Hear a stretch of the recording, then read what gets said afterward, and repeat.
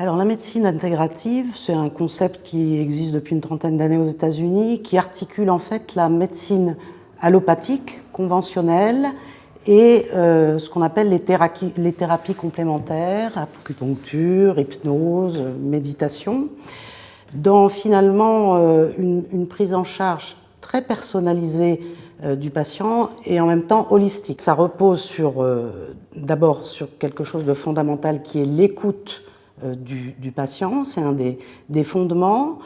Ça a trois axes fondamentaux qui sont l'activité physique, la nutrition et la réduction du stress. Ça a un grand intérêt, en fait, à mon sens, dans deux domaines qui sont à la fois la prévention et deuxièmement, dans un phénomène endémique et plutôt même épidémique actuellement dans le monde, qui sont les maladies chroniques. Ça a l'intérêt d'être une médecine probablement plus humaine que la médecine actuelle qui est très technique et désincarnée un petit peu malheureusement du sujet. Il n'y a pas actuellement de centre intégratif au sens dispositif de soins.